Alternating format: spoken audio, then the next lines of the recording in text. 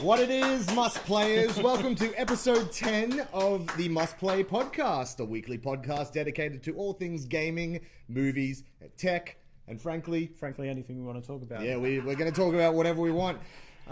My name's David Pether. You can call me Fish. I'm here with my main man, Julian Price. And Mark's not here. Arnie's here instead. We've upped the budget. Arnold Schwarzenegger in costume. To promote the new Terminator movie that we will be talking about in a bit. How are you feeling, Arnie? Yeah, I'm feeling pretty good. Yeah. As you can tell, Santo is not here tonight. He is unavailable, but don't you worry. We have a stellar show in store. To kick it off, let's talk about some E3 stuff. That always seems to be a good way to go on this podcast. Yeah, there's quite a bit of E3 stuff around, and we're getting drips and drips and drips, and it's still a few weeks away. Yeah, well, this one's not entirely E3. Nintendo has announced they're going to do a Nintendo Direct completely on Pokemon stuff. Yeah, and the week before E3 as well. Nintendo love to do this little extra, random bit of I think it's great. Event. Well, this excites me. I am a Pokemon fan. Santo's probably the bigger one, but we don't have him to Nintendo fanboy here tonight. Hey, we could talk shit about Nintendo all we want. We can do what we want. But I don't really have anything bad to say about Pokemon Sword. Yeah, so do I. But we really don't know much about these games, and I'm assuming that's what this announcement is going to be about. Yeah. But all we really know is that it's going to be set in the Galar region, which seems to be inspired. Gala? Yeah, it could be. That sounds fancy. It seems to be inspired by Great Britain. But what new Pokemon we're going to have, I'm assuming it's going to be... I can't keep up with all these new Pokemon, man. There's even watching Detective Pikachu recently, I was just like, what is that Pokemon? I did the same. What was the Pokemon behind the bar? I didn't know. He goes, "Hey, sweetie, give me some more coffee." And it's like, wow. I was like, what is that thing? I don't know. I cannot keep up. And if they're going to do a whole new generation of Pokemon, I'm going to lose my mind. Not in a good way. But the last Pokemon game was kind of set in a reimagined Paris. Which was the last one? That was gosh. It wasn't Y and Z or something, was it? Yeah, was it Y and Z? I think I played Pokemon Moon. Arnie? Nah. But talking more about E3, there's an Avengers game being rumored that it might be. Well, I'm kind of hopeful because I would love an Avengers game. That would be incredible, and it seems like it will be produced by Square Enix. That's the rumors, and Final Fantasy. If this is true, E3 deliver the goods, because a superhero game of that magnitude, I would be all on board for. We don't have a next gen. When was the last Iron Man we have? I think it was 360, maybe. Besides our little MK50 little. Oh VR yes, robot. that was its own thing. Yeah, you used to get a game with every superhero movie, but they were always trash. Yeah, so they were. We don't get them so much anymore. We don't. But if you're going to bring out a AAA Avengers game, now you're talking my language, especially with the guys who made Final Fantasy. Like, that's some storytelling genius right there. I'm all on board. But we have seen a bit of an influx in superhero games lately, haven't we, Jules? Most recently, my favorite is Spider-Man on PlayStation. Yeah. Play the shit out of that. And that like just blew up. That was like that goes to show, if you give a AAA superhero game and give it if we could have something of that magnitude, but when you're Iron Man, Thor, Incredible Hulk, then all of those characters. I'd like to see how they can weave them all through the narrative as well. If it's like the Avengers movies, how they did that so well. I think if the rumors are true, it is going to be like an Infinity War style. We'll just have to wait and see. There is nothing about this game. We're just getting a bit too excited over a rumor, maybe. It's just a rumor, is it? There's something in the works. Well, we should see it at E3. And you heard it here.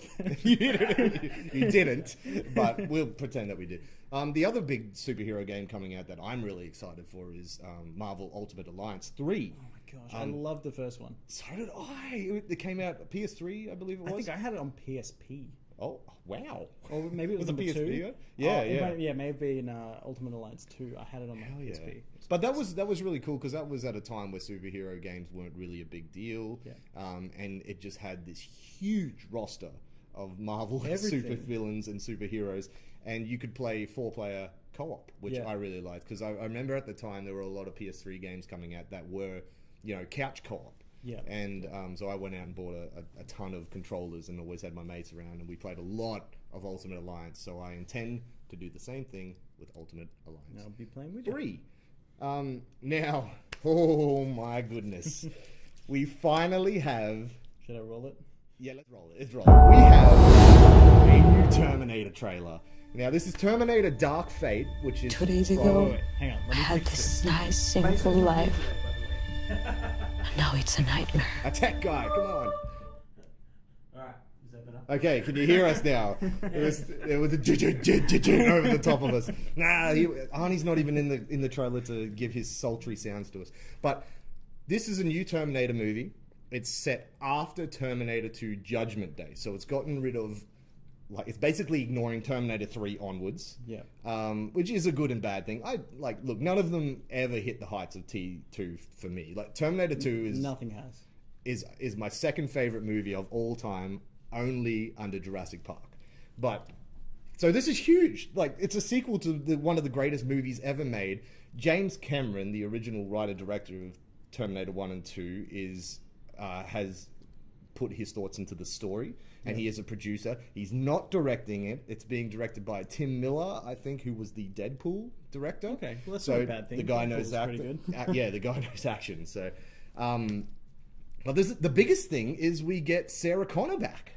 Yeah. Sarah Connor, which Linda we haven't Hamilton. seen since Terminator 2. No, not as Linda Hamilton. Like, we did get a younger version. Yeah. By the Khaleesi chick, who was actually pretty good. I do have to say that movie, not so much. But I don't know. What are you thinking about this one so far? I don't know if Sarah Connor can just shoot a rocket launcher at this Terminator and just destroy it, which what seemingly happens in the trailer.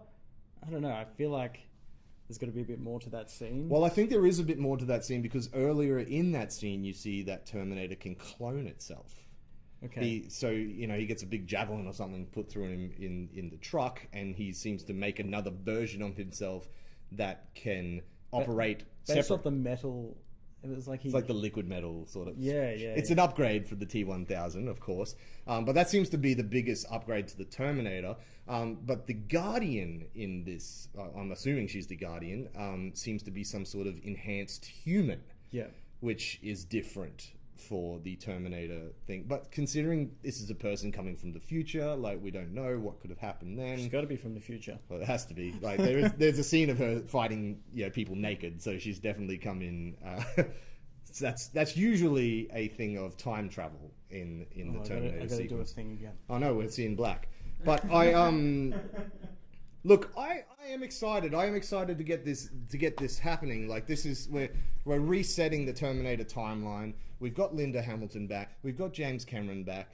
I'm not completely sold by We have the Arnie trailer. back. We do have Arnie back. You see old Arnie. Yeah. Like, how does that work? What is his thing? Like, in Terminator Genesis, they said that he just sort of stuck around. He was part of a multiverse time sort of thing. Mm-hmm. So they actually have skin that ages, but they like that. I don't know if that's going to be the same thing here. I know he is playing the Terminator on IMDb. He is credited as the Terminator. But all we see in the trailer is him in a wood cabin. He's a lumberjack now. Like, hey, Terminator's got to make some money too. But I am interested to see what that means. But the best thing about this trailer, I will say, is that was just a tease. It's like, hey, Arnie's back, and now we're having these discussions trying to figure out why he's there and how he's there. Because, in a day and age where we get so spoiled with trailers, this one has basically lent itself to mystery. Yeah, you see a lot, but there's no answers to any of those questions. Like, we don't know anyone. Like, it's enough to be like, start making questions. But no, I'm actually keen on this one. I wasn't so keen for Genesis, but this one, we'll see how we go. Yeah, look, we'll keep you updated as they inevitably release more and more trailers. I think it's going to be released in November, maybe October in Australia. So we still got a ways to go for that one. But listen, talking about movies, there is a movie that you might be a little bit excited about. So, Knights of the Old Republic. It's like probably one of my favorite Star Wars games, 1 and 2. There's rumors now that there's a Knights of the Old Republic movie in the works. So I don't know if you've ever seen these cinematic trailers for these Knights of the Old Republic games, but if it's anything like that, I'm excited. And there is so much detail in these stories. Because what type of game? I never played them. Funnily enough, I'm a bit of a. I don't know if you know this about me, Jules, but I only really jumped on the Star Wars bandwagon when Force Awakens came along. It's something I've avoided. Wasted years. I know, right? It's so much catch up.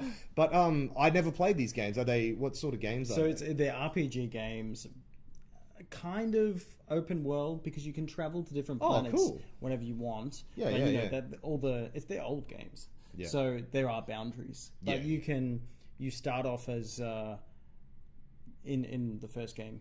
You don't know who you are, you have no memory, and then there's this whole story about who you are and who all these people are that you've met. Right. There's a whole lot to it. You can choose to be light side or dark side. There's so much to these games. So it's a bit of like, choices, and is there like a really like intricate storyline that they could pull from here? I feel like Darth Revan is the way that they were going to go. So if that's true, oh boy. So we don't really know too much about it, though, right? No, like it's a bit of a rumor. It's an advanced development, supposedly. I did read that the writer of Shutter Island may be involved in it. Shutter Island was a great Scorsese movie back in the day. So I'm look, that sounds super exciting. Oh boy. Now, more video game news. Borderlands stuff. Yeah, well, Borderlands 3 is on the horizon, but we've heard that at E3 they're going to be dropping some DLC for Borderlands 2. Borderlands 2? Borderlands 2. Not 3. No. So there's going to be some DLC for Borderlands 2 that will essentially bridge the games together. So cool. You can go straight from Borderlands 2 to Borderlands 3. I've never heard of that. I think that's amazing. I don't think anyone's done that before. Well, like, if you think about it, because I think was it you who was playing Borderlands 2? You downloaded and were having a go at it? Because there's going to be a lot of us that go back, right? Because it's been such a long time since Borderlands 2. And Borderlands 3 is going to be this huge release. And I really like what they're doing with all... It seems to be a bit of Borderlands news every other week. Yeah, so, really drippy. Like, they're really bringing it out. But we've already seen the game. We've seen the gameplay. Yeah. Like, we know how it's going to run. I think it's just... They've kind of taken their own step and kind of separated themselves from E3. But we may get this DLC at E3 that will bridge the games together, which is pretty exciting because that game is a very popular game. It has a cult following. It's huge. So, yeah. Did you have you finished it? No. No. I've played both games. Yeah. So does it, like, don't spoil it, but at the end of Borderlands 2, is there like a open it up, like, for sure? So and we already know that in the third game you're going to be another Vault Hunter. Which is the premise of Borderlands. You're a Vault Hunter seeking glory. We'll really have to wait and see what this DLC brings. But you're not going to be the same character. I think it's just probably going to introduce us to new characters for Borderlands 3. That's cool. I really like that. Yeah, that's a great marketing ploy, even so, for the Borderlands team. Now, also talking about video games, you have been playing a game recently. And this game, I'll tell you. Is it Borderlands caliber? Yeah, not quite. What is it? You're keeping us in suspense. All right, so this week I reviewed a game not by myself. I had a bit of help. Okay.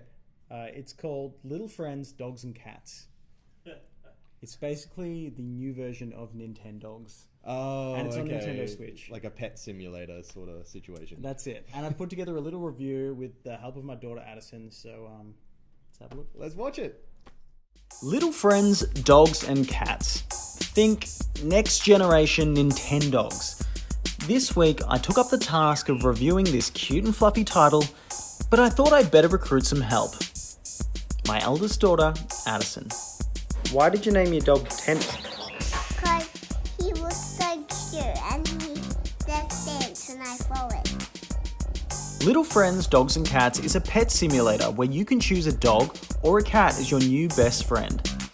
We started off with a German Shepherd puppy named Tent. I speak to Ted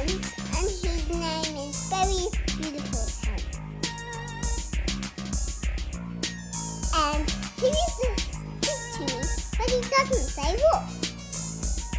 Care for your pet. Walk it, feed it, brush it, throw it a ball. All of these things will help you increase your friendship rating with your pooch, enabling you to unlock more clothes, toys, and furniture for your home. What's that? Oh, you want to play balls? That's it. There's disc throwing competitions for your dog. Once you win first place in each comp, you can unlock the next. You control your pet using the individual controllers on the Switch. This game isn't exactly suited for handheld mode. Whilst it does have touch controls, I found it a bit clunky. I must stress, this game is easy, and obviously for children, or those people that really love animals. Oh my god, it's kittens! Oh my god, it's kittens! There's a level cap on day 1. Your friendship rating can't exceed level 10 on the first day. Once you reach level 15, you can unlock the Friends Plaza, where you can adopt your next adorable pet. We went with a ginger Scottish fold named Jalapeno. And can I just say, start off the game with a dog. Cats pretty much do nothing in this game. Addison, what do you think about Little Friends? Give my cat and dog a cat and a drink and a little breakfast and play and then give a little pet and take them for a walk and then it's all done. And get some treasure and we can do everything. Right, so do you like the game or not? I do.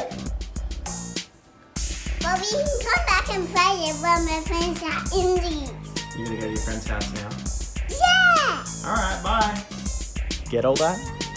I give Little Friends, Dogs and Cats 2 out of 5 stars. A flawed play. Although, Addison may beg to differ. I'm Julian Price for Must Play. Jules, Addison is adorable. She was a great help, and thank you, Addie. You're probably asleep right now, not watching this, but I'll show you tomorrow, and you'll appreciate it. Jeff just asked, do I have to clean up after these dogs and cats?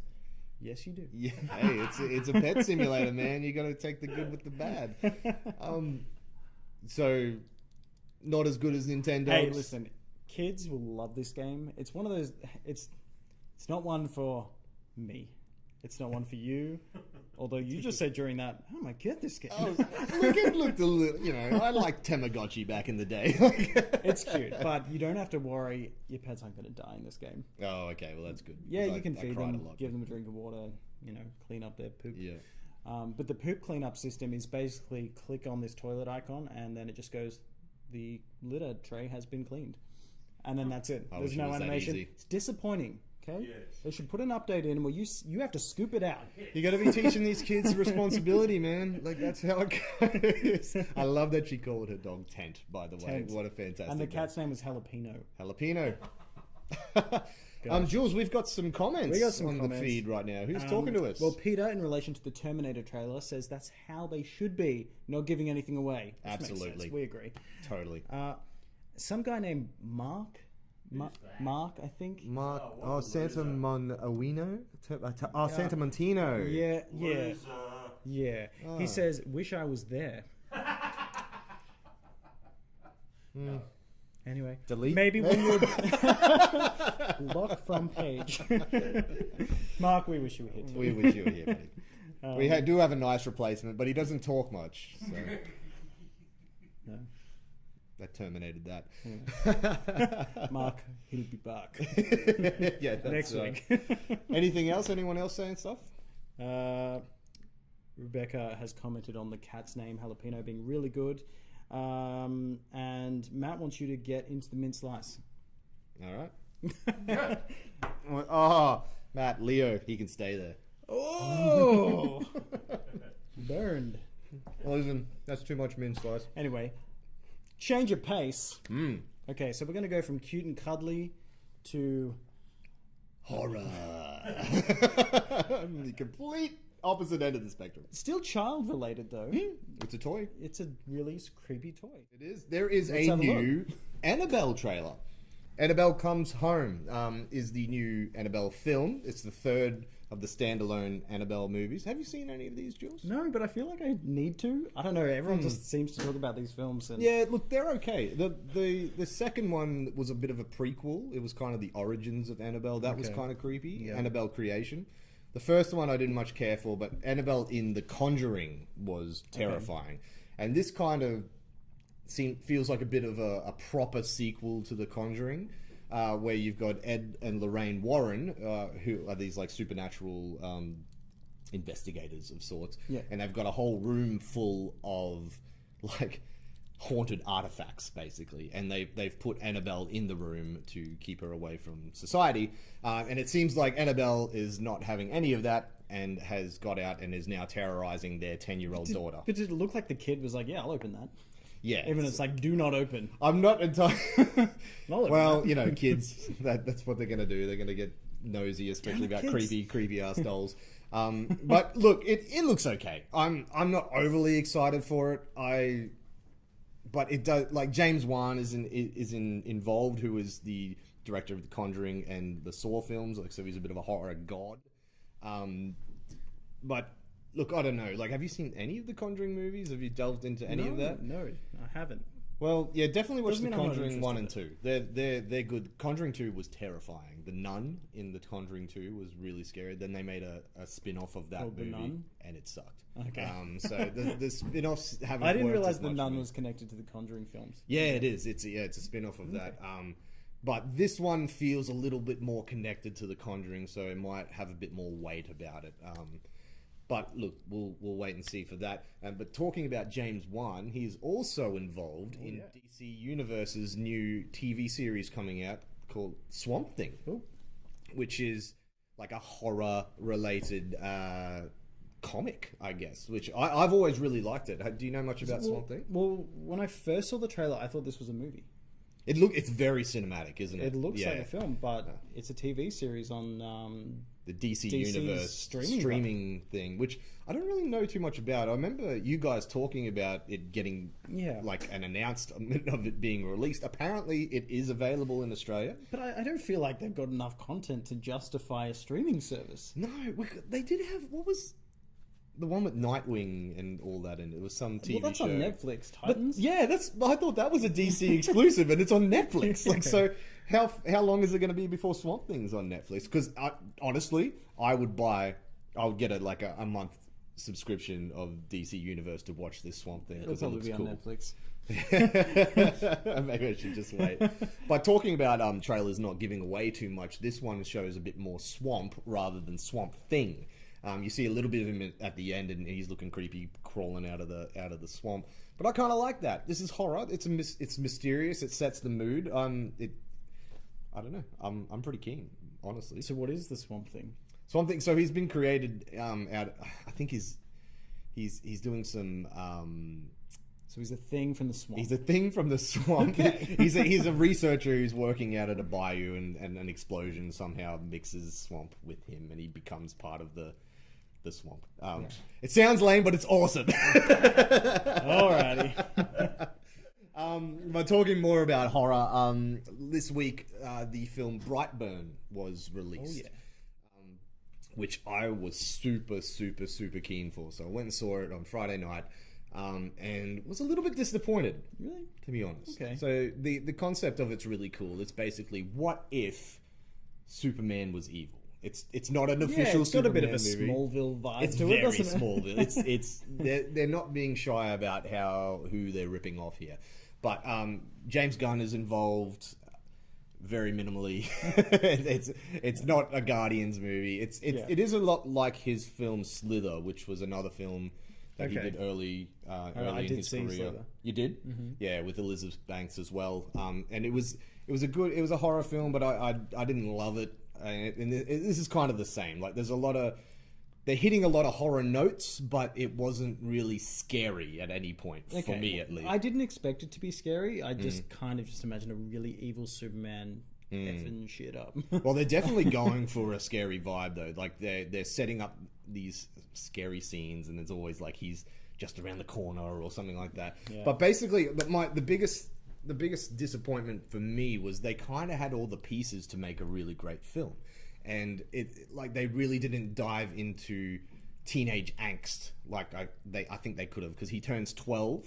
I think it's Brandon is the kid's name, because the whole thing is he's an alien that's fallen to Earth, a la Superman, and these parents take him in and raise him as their own, and when he hits 12 he starts to gain these powers and he starts to get really angry all of a sudden. And I wish they kind of delved into a bit more of, like a reason for it. It kind of just happens, and he gets bullied. Like his nature. Yeah, maybe there's. I won't spoil too much, but there is something kind of telling him to do things, but that's never really explained either. But I really wanted them to go into, like I said, that teenage angst, because the perfect vessel for this would be he's an angry teenager. He's sick of being told, what to do by his parents. He's sick of being bullied at school, and that's all kind of there, but it's really weak, and it just feels like it's just such a missed opportunity to do a really good coming of age story, but with a really negative twist, because this guy has these super overpowered, powers. So what would you rate it?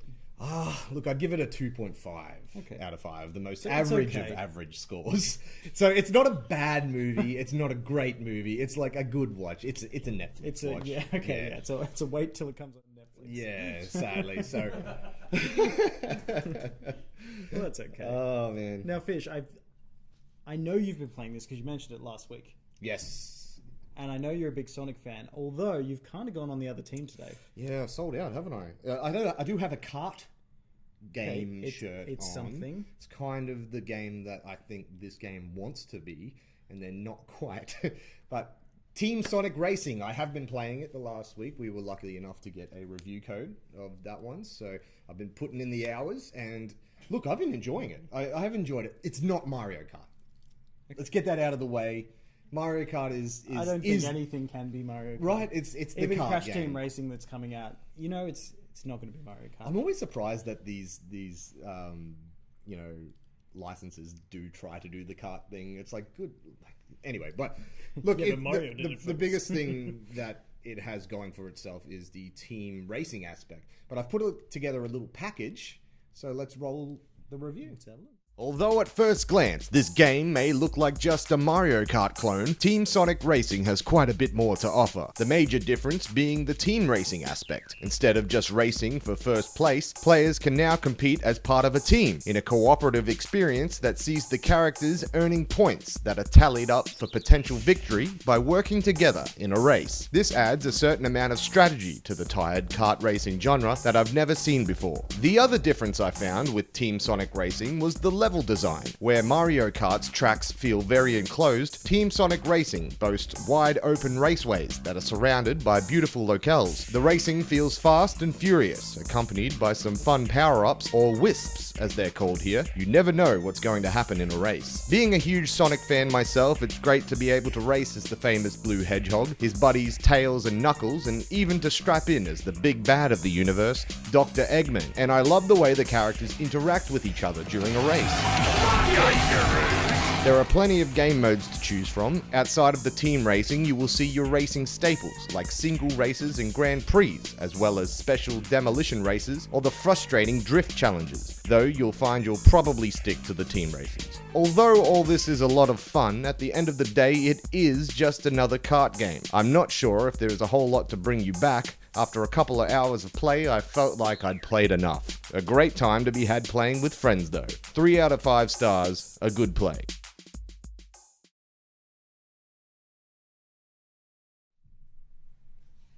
So there you go, Team Sonic Racing. It's good fun. It's a 3 out of 5 sort of situation. But I've been playing it all day today, so I did say in the review that I kind of put my hours in, but look, it's one of those things I really love to play online with some friends. I think the team aspect of it would really come into play with human characters. Okay. Or human players. So you can't play online like over the internet? You can. I haven't been able to get on yet. My internet really sucks though, so it's probably not the game's problem. Classic Must Australia. Be 5G. Don't get Jeff started. Anyway, well, speaking of Sonic, we may as well end on this note. We've been talking a lot about the Sonic movie. Yes, we have. And it's been confirmed it has been delayed till next year. But I think this is a good thing. Yeah, it can only be, right? I don't think anyone was really asking for this movie in the first place, so I'm sure we can wait a bit longer for it. We can wait till February when it's been knocked back to now. I could wait a decade. I do want to see it. I am excited. The Sonic fan. I have said that I'm interested in it. I'm more interested now that they're changing the design of Sonic, and that's the reason why the delay. Well, right? there was all that outcry, and they've listened. But you still think it was a bit I reckon it's a public. Yeah, it's a bit of a promo thing, but it is starting to waver my thoughts on that because they have delayed it. Because if they were able to pull it out within whatever, like 3 or 4 months, like that's a lot of strain on a VFX artist or VFX artist. Hopefully it looks okay, and they're not just like cropping him up a bit and they're making him taller, his legs skinnier.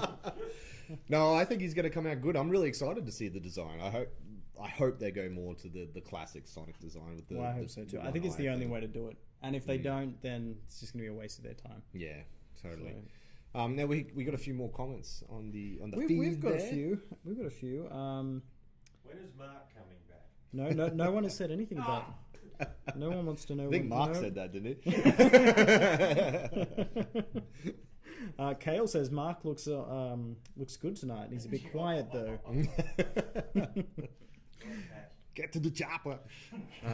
Peter commented on the trailer for Brightburn. Yeah, saying that it had some good ideas, but it just didn't end up. It felt a bit hollow. Yeah, he says. He said it ended up being too hollow. Which is that's the perfect way to sum up this movie. It was a hollow experience. There's some pretty things to look at, there's some scary things, but it was pretty hollow. Yeah, right on, Pete.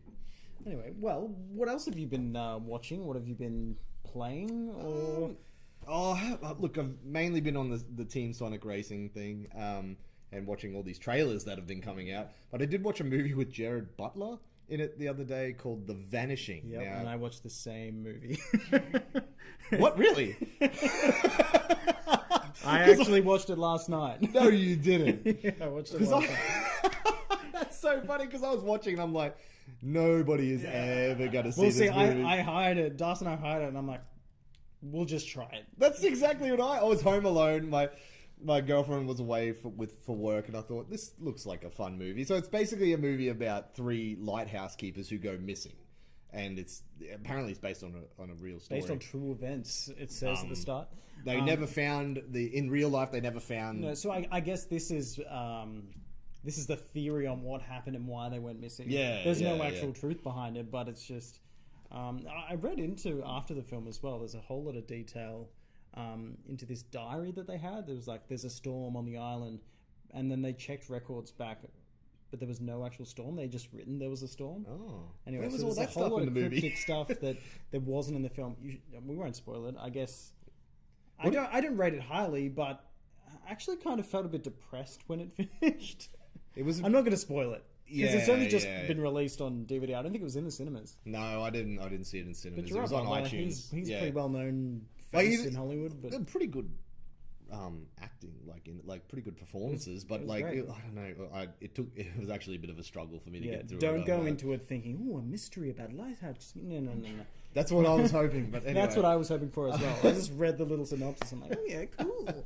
Well, let's finish. Darcy fell asleep, and I just ended up watching the whole thing, and I'm like, "Oh, okay." You got through it. I fell asleep, TV, and then I had to watch. It took me about 3 or 4 goes to get through it, so I don't recommend it at all. It's a 2 out of 5 at most. Yeah. But a movie that we both have seen. I know we both saw this one, which is really strange.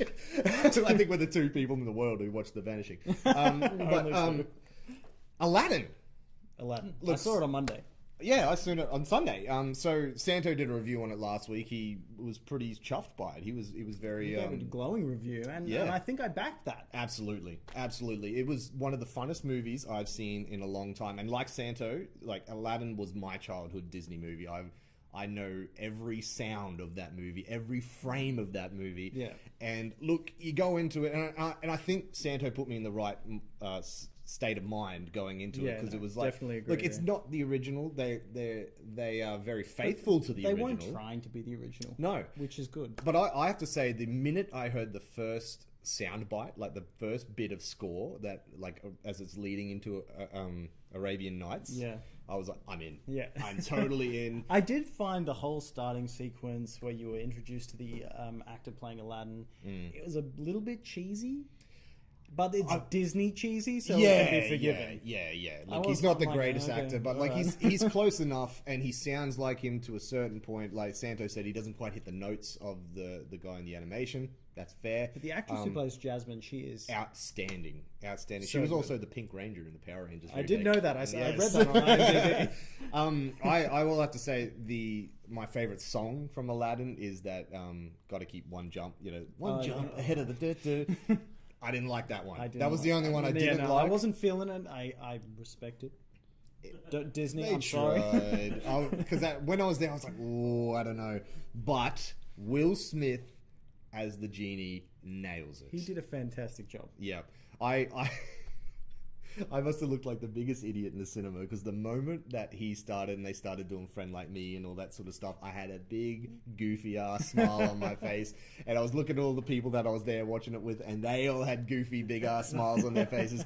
And like I couldn't tell you the last movie that I've had a big goofy ass smile on my face. Yeah, no, it was so really good. it was the right amount of nostalgia, but enough new stuff to really draw me in. Yeah. I definitely reckon everyone should go and see it. Yeah, absolutely. It's a surprising hit. Now, we've harped on about Aladdin enough, but that's the end of the show tonight, guys. Thank you for tuning in. It's been a big week. Unfortunately, we didn't have Santo here, but hopefully he'll be And we back didn't next have week. Meso to do this. Yeah, situation. sorry about we're a bit late tonight, so we're doing it all ourselves. But and until Jeff has some running commentary for us. yeah, thanks, Jeff. But until next week, Must Players, keep it real. Oh, and make sure that you go to our website, mustplay.net.au. Follow us on social media, Facebook, Instagram. Don't worry about Twitter. We are on Twitter, but just don't worry about it. And leave us a review on iTunes and Spotify, and subscribe to our YouTube channel. Okay, bye!